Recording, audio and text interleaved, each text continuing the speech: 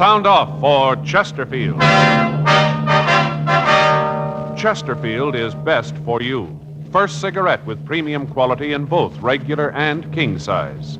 Chesterfield brings you Dragnet.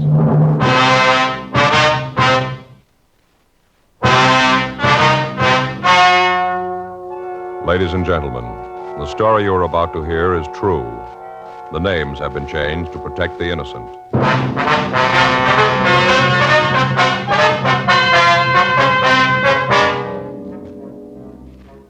You're a detective sergeant. You're assigned to robbery detail. You get a call from the San Diego Police Department that 3 hold-up men are thought to be heading for your city. You know they're armed. You know they're dangerous. Your job, get them.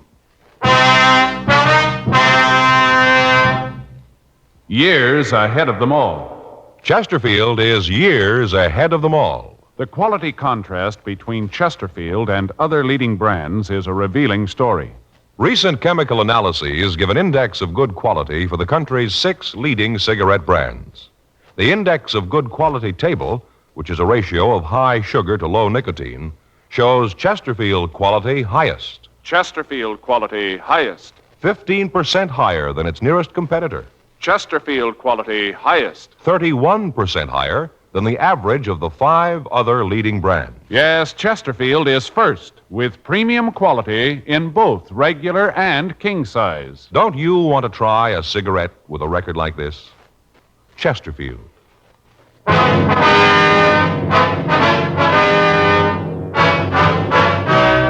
Dragnet, the documented drama of an actual crime. For the next 30 minutes, in cooperation with the Los Angeles Police Department, you will travel step by step on the side of the law through an actual case transcribed from official police files.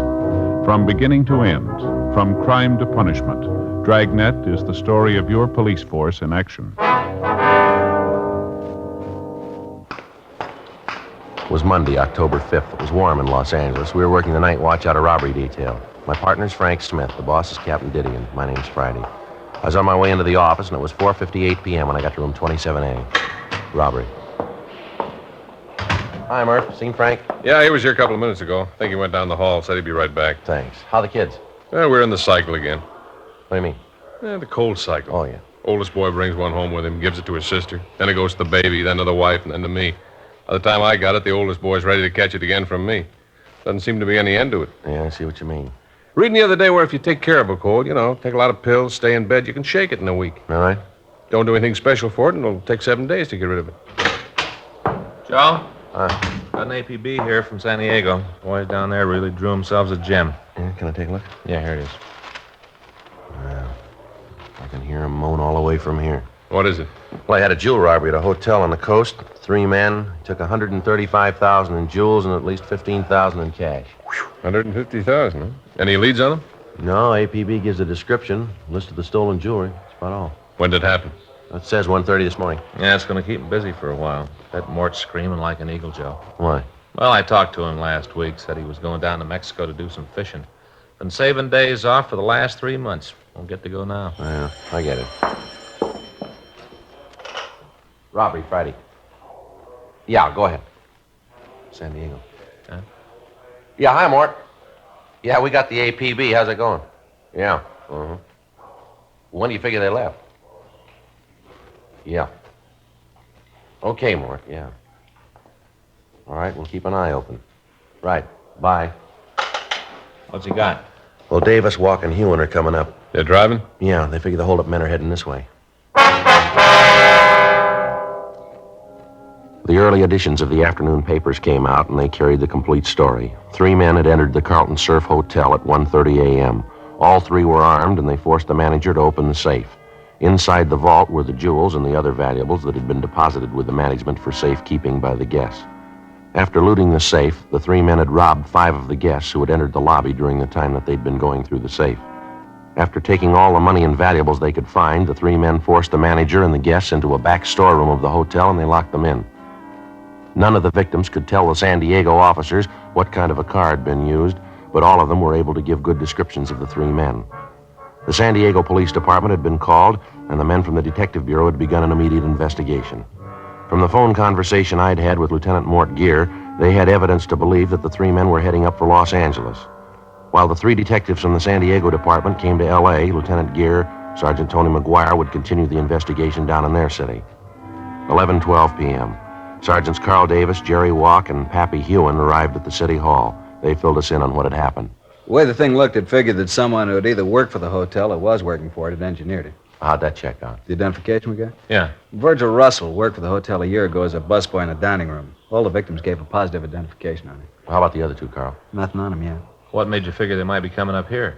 Well, Russell's got a record, checked his package, and found that he has a sister in San Diego. Checked her, and she gave us the lead. Yeah. Said her brother and two men came by the house early this morning. Her brother's been staying with her for the past few weeks.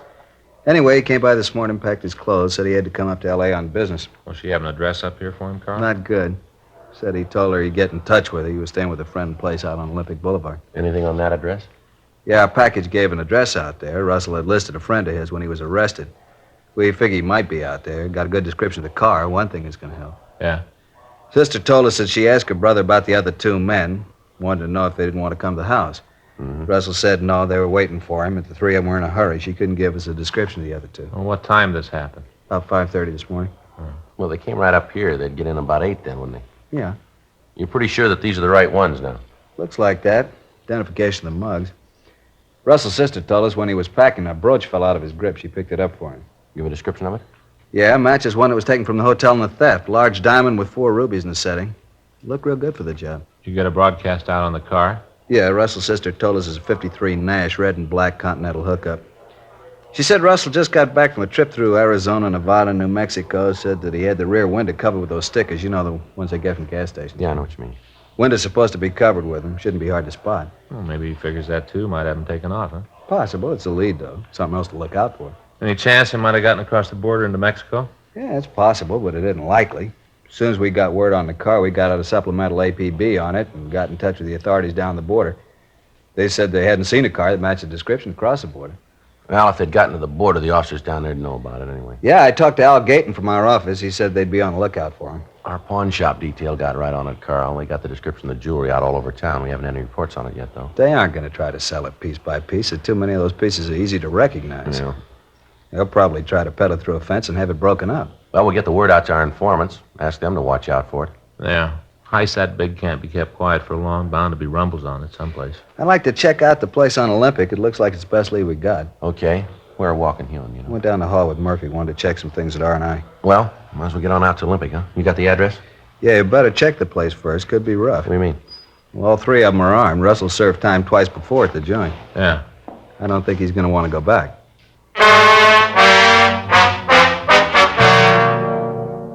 We checked the name of Russell's friend through our files. We found that he had no record. We drove out to the address on Olympic and we talked with the neighbors. From them, we found out that it was not a private residence. We talked to the woman who lived next door. We asked her about the man listed in the San Diego package as a friend of the suspects. She told us she hadn't seen him. Directly in front of the rooming house, we found a car answering the description given us by the sister. There were no lights on in the rooming house. Walk and Hewen covered the rear of the place. Frank, Carl Davis, and I went up to the front door. Pretty dark. I can't see anybody in there, can you? No, I can't. Check the window, see if I can spot anything. Right, Carl. Well, let's try the door. Yeah.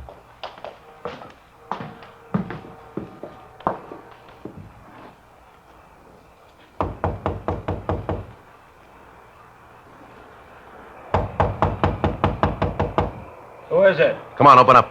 Beat it. Nobody gets in here. All right, Frank, let's hit it. All right, stand right where you are. Hold I'm on. not doing anything. What are you doing breaking in Get here your hands like out this? in front of you. Sure. I'll shake him, Joe. He's clean. Everything okay? Yeah, Carl. I'll get Walk and Ewan. Who else in the house? Nobody but the landlady. She's upstairs. Her and her daughter. Nobody else here. What's your name? Pete Ellis. Where's Russell? I don't know any Russell. All right, we'll look around. Come on. What's in there? Dining room. There ain't nothing in there. Open it up.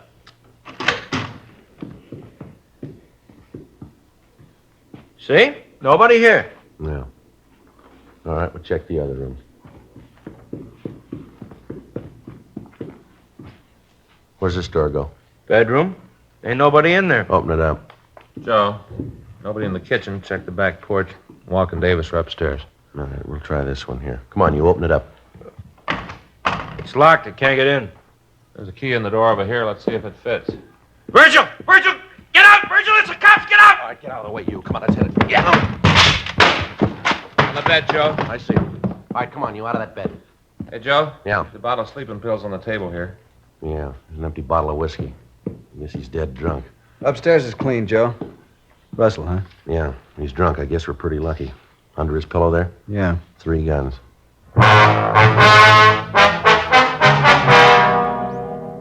With the suspects in custody, we searched the house. In the back bedroom, where we'd found Virgil Russell, we found a folder with all of the newspaper stories of the hotel robbery.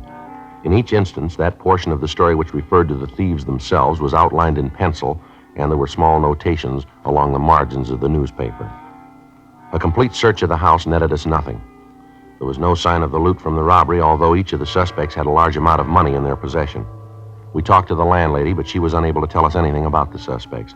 She said that she had rented a room to Peter Ellis over a year before, and that the suspect had moved out after living in the house for only 2 months. She said that she hadn't seen them again since that night when they arrived at the house and asked for rooms. We called the office and arranged for a stakeout on the place, and we took the 2 suspects back to the office. We ran Peter Ellis through R&I, and we found that he had 1 previous conviction on a robbery charge. 2:15 a.m. We talked to Virgil Russell in the interrogation room. All right. I ain't trying to con you into anything. I was in on the heist, I'll admit it, but I ain't gonna be no fink. You ain't gonna get any other names out of me. You got the money we found on you from that hotel robbery, is that right? I don't know where else it'd come from. I got no reason to con you about the hotel job. I pulled it. I ain't afraid to admit it. I'm just not turning fink, that's all. Maybe we can get it out of Ellis. He won't tell you anything. You're pretty sure about that. He admits he was in on the robbery. Well, so what? We all had a deal. If any of us got caught, they wouldn't tell about the others. You think Ellis and that other guy'd go that route, standing the arrest alone? Sure. We had an agreement. Oh, come on now. Tell us how much you got for the jewels. You can tell us that and not tell us who the other man is, can't you? Yeah, I suppose so. Isn't any way you could tell if I told you how much we got? How much? 7,000. How much? 7,000. Who set up the deal to sell the stuff? Your partner? Yeah, he handled all that. He fixed it for you to get $7,000 for all the jewelry? Yeah, that's right. Well, you made a good deal, all right. 7,000 for $135,000 worth of jewelry. Wasn't worth 135. That's just the papers, making it sound big. No, Russell, you're wrong. That's what the stuff is worth. Are you kidding? You got that report, Frank? Yeah, here. Now, wait a minute. That's maybe what they claim the stuff is worth. But you know how people are always jacking things up on the insurance companies. The stuff was worth, maybe 15,000, not a cent more. Yeah, Joe, here it is. This is a report you got from the insurance company, Carl. That's it. Would you like to read it yourself, Russell, or do you want me to read it to you? Well, let me see it. Uh-huh. What a lousy bum. Oh, no good. He's a thief, that's what he is. A thieving thief. That's the kind of a guy you say you had a deal with, huh? Let you think he was doing you a big favor. Some deal, $7,000. If we'd picked him up, he'd have screamed like an eagle. He's your pal, all right. What a no good thief. I can't believe it. Who'd he sell the stuff to, do you know? No, I don't, and that's the truth. I saw the guy, but I don't know who it was. How'd the deal work? Well, earlier tonight, we got together out in Westwood. He called the fellow who was going to handle the deal, told him to meet us here. Who's he? A Fink, a lousy Fink. What's his name? Payne, Al Payne. How'd you spell it? Last name. P-A-Y-N-E. You got a record? No, I don't think so. I never heard him talk about it. You give us a description? Yeah. That stuff was really worth $135,000. He said it was a lot of talk, newspaper talk, he said. Oh, brother, what a laugh. What's his pain look like? Oh, he's about 37, maybe 150, 60 pounds. Bald. A little bit of hair on the edge of his head. I'll check the name through R&I, Joe. Right. You want to bring the mugs back here? Yeah. Russell? Yeah? That first name, is it Alfred or Albert? I think it's Albert. He's some kind of a promoter. I don't know what he promotes. I think it's just a dodge, kind of a front. I'll be right back, Joe. Right. Let's go ahead with the story about the buy, huh? All right. Where was I? You said you went out to Westwood. Oh, yeah. Well, we were supposed to meet out in a parking lot by the ice rink. Big place out there. Well, we met this guy, the fellow Payne called it. He looked at the stuff, said it was worth maybe $15,000 the way it was. But he said it had to be broken down before it could be sold. That it wouldn't bring that much when it was all broken down. What'd Al say to that? Well, he agreed to it, said it was true. He went right along with it. Lousy deal. He was probably in on the whole thing. Wouldn't be surprised. I just can't get over it. We had all that stuff and didn't know what it was worth. You got any idea who this guy is? No, I told you I didn't know. You said this Payne had an office here in town. You know where it is? Yeah, I can show you. We were up there this afternoon while I was setting up the deal. It's in a building over on 6th. You'd be willing to go over there with us? So you can nail him? That's right. We want to get the jewels back. Sure, I'll go. So what that bum did to me, nothing too bad for him. How you going to work it, Joe? Well, Russell here will have to introduce me as somebody who wants to buy this stuff. He'll have to tell Payne that I'm willing to pay, say, $50,000 for the jewelry. That way, Payne will have to get in touch with the other man. I don't think he'll pass up a deal like that. Maybe he figures to make more than that this way. Yeah, but suppose he thinks that Russell here wants to do business with me. He'll get the stuff back. I don't think he'll want to cross Russell. Might work. No, we haven't got much choice. We got to get the stuff back before it's broken up. Joe, I got some pictures here. None of them match the description. What was that? None of them match the description. Oh. You want to look at these? Yeah? Joe's going to go see this Payne with Russell and Ellis, try to get a lead on where the stuff is. How are you going to work it? Well, I'll tell Payne I'm interested in buying the jewels, offer him maybe $50,000. Picture's not here.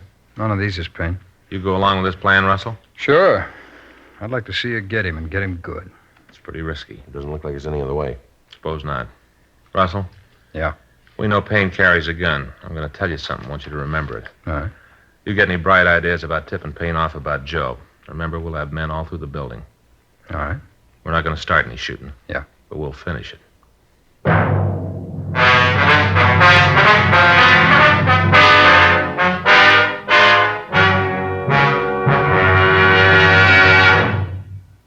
You are listening to Dragnet, the authentic story of your police force in action.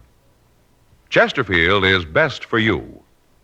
Just listen to the record. For a full year and 2 months, a doctor has been making regular examinations of a group of Chesterfield smokers, and he reports no adverse effects to the nose, throat, and sinuses from smoking Chesterfields. Don't you want to try a cigarette with a record like this? Chesterfield. First with premium quality in both regular and king size.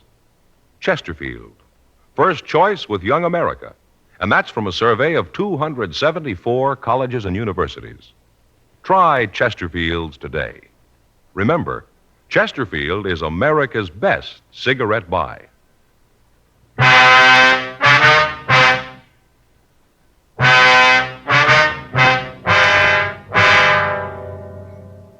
The two suspects, Peter Ellis and Virgil Russell, were taken to the main jail and booked in for violation of Section 211 of the California Penal Code. After that, the officers from San Diego, Frank and I, discussed the plan for finding the stolen jewels. It was agreed that I would go into the office building with the suspect, Virgil Russell. To lessen the chances of discovery, I would carry no gun or any police identification. We were unable to make contact that night, so the following morning, we checked over the physical layout of the building. It was 6 stories high and had one elevator. There were 2 entrances to the building, one in the front and one that opened off an alley in the rear. Officers were planted at both entrances. Additional men were stationed on each floor. 2 men were on the roof to cut off any possible escape to one of the adjoining buildings. 11:30 a.m. Tuesday, October 6th. Russell called Payne and said that he wanted to see him. Payne told him to come right over to the office. Russell and I got into a car and we drove over. It had been arranged that from the time we entered the building, no one would be permitted to leave until we returned to the main entrance. 11:58 a.m. We got to the office building. We went up to the 4th floor. The sign on Payne's door read, Albert Payne, Investments. Russell opened the door and we walked in.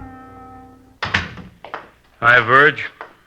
What's the bit? Al, like you to meet Joe Ferguson. Joe, glad to meet you. Yeah, same here, Al. Sit down, boys. Now, what's this all about? It's about the stuff, Al. We got to get it back. Now, what's the pitch? I don't even know what you're talking Oh, about. come off it, Payne. Joe here's willing to up the ante for the jewels.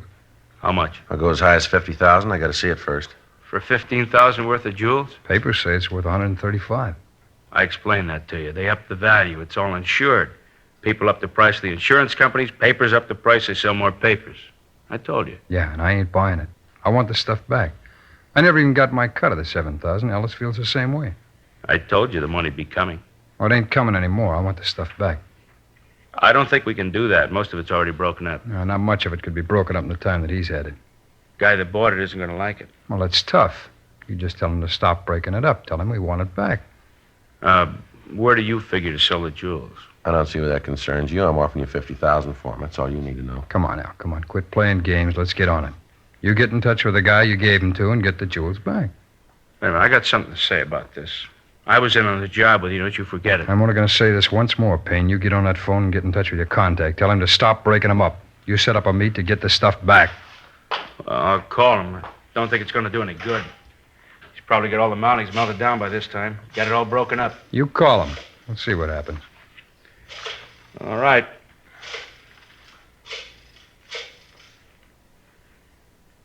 Now, let me talk to Fred. Fred, it's Al. Yeah. Listen, something's come up. We can't go through with the deal. What? Yeah, I know. I told him. Doesn't make any difference. They want it all back. Yeah, I told him that, too. Doesn't make any difference. You want the jewels back that have been broken down, too? I told you, Al, I want all of it back. Yeah. Yeah, Freddie says all of it. Okay. And when can you make it? Yeah. All right. Yeah, we'll see you then, right. Okay, bye. They'll have the stuff for you tomorrow night. Why does he have to wait that long? How do I know? He just said he couldn't get it to you any sooner. You should have let me talk to him. I'd have told him. Yeah, sure. How much of it's been broken up? Well, hardly any. Just got started. Fred says almost all whole. Who is this Fred? That's none of your business. I asked you a question, Al. You got your answer. Doesn't make any difference who he is. You and your friends lost up the deal. Be happy. You fixed it fine. Well, I'll come out better. Yeah, you better be right. Now, remember, I got a piece of this. I won't forget. What time tomorrow are we going to meet Fred? He said he'd call. Let me know where and when. Well, it can't be any later than tomorrow. I gotta be leaving then. You're going to have the money with you when you pick up the stuff, I'll aren't you? have it. All of it. I don't want any of this down payment. I told you I'd have. All right, you call me tomorrow about 10, Verge. I'll let you know the details then. Okay. I hope you're right about this, Verge. What do you mean? Well, this deal, I don't like it. I hope nothing happens to louse it up. Yeah, so do I.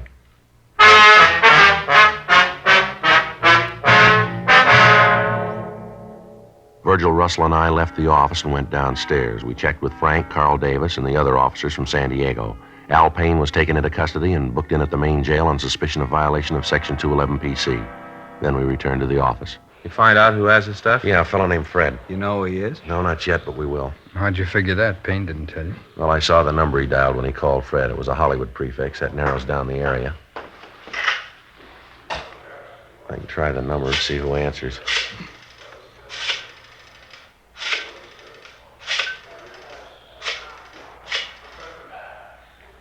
Oh, I'm sorry. I got the wrong number. Excuse me. Did you get it? Yeah. It's the Kingery Trophy Company. You want to check the book? Right.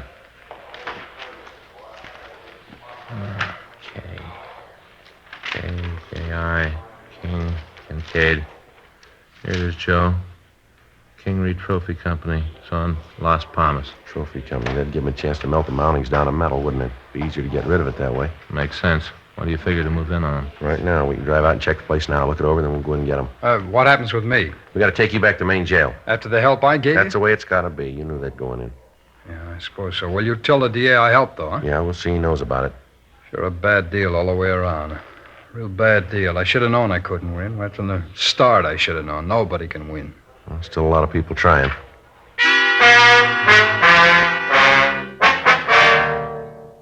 We returned Virgil Russell to his cell, and then we drove out to the Kingery Trophy Company. It was a two-story building on Las Palmas Avenue in Hollywood.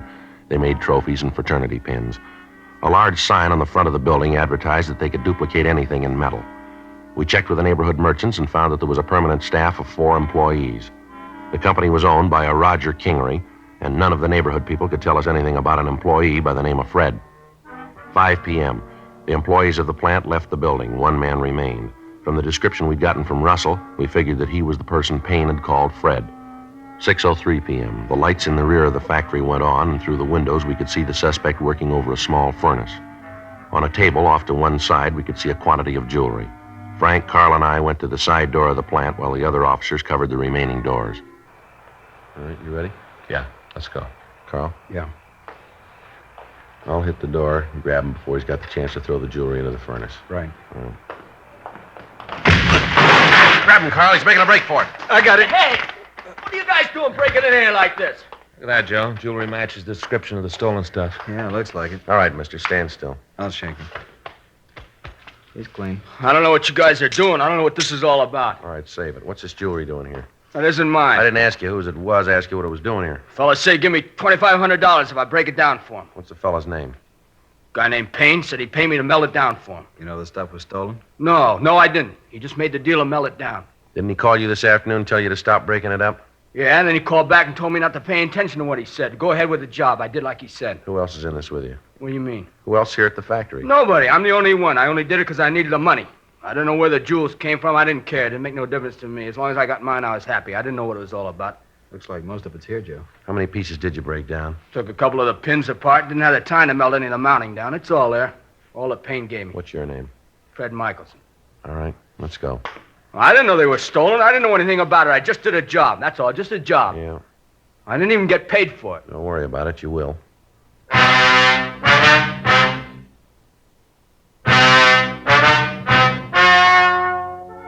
The story you have just heard is true. The names were changed to protect the innocent. On February 18th, trial was held in Department 89, Superior Court of the State of California, in and for the County of San Diego. In a moment, the results of that trial. And now, here is our star, Jack Webb. Thank you, George Fenneman. I want to thank all of you for your interest in Dragnet. Thanks very much for your letters. We really appreciate them, and we'll try to keep right on giving you the kind of a show that you like. I want to thank all of you, too, who have switched to Chesterfield. I know you're going to like them, and I know you'll find they're best for you. Now, you folks who haven't tried Chesterfields, I'd like you to pick up a carton tomorrow. Chesterfield. It's a great smoke.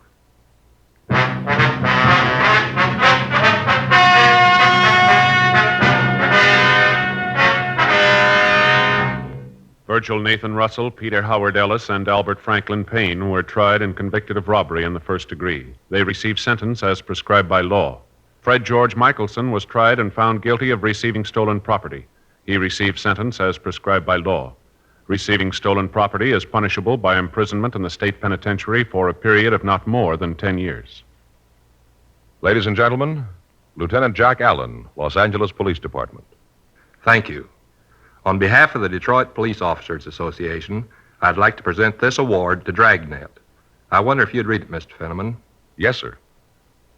Whereas the radio and television show Dragnet and its writers, producers, and actors most accurately portray the American police officers and their work. And whereas the result of this portrayal has been to give the people of this country a new insight into their police departments, bringing with it understanding, sympathy, and an aroused public opinion. And whereas Dragnet brings credit to the men and women of the police forces throughout America, therefore we, the Detroit Police Officers Association, representing the patrolmen, detectives, and policewomen of Detroit, hereby cite and commend the show Dragnet and its star, Jack Webb, who plays the part of Detective Sergeant Friday, as the finest and most accurate police program both on television and radio. Signed this date, March 31st, 1953, in behalf of the association by Thomas Duffy, President, Bruce Finney, Vice President, Francis Klein, Secretary-Treasurer. All of us on Dragnet want to thank the Detroit Police Officers Association, and our thanks to you, Lieutenant Allen.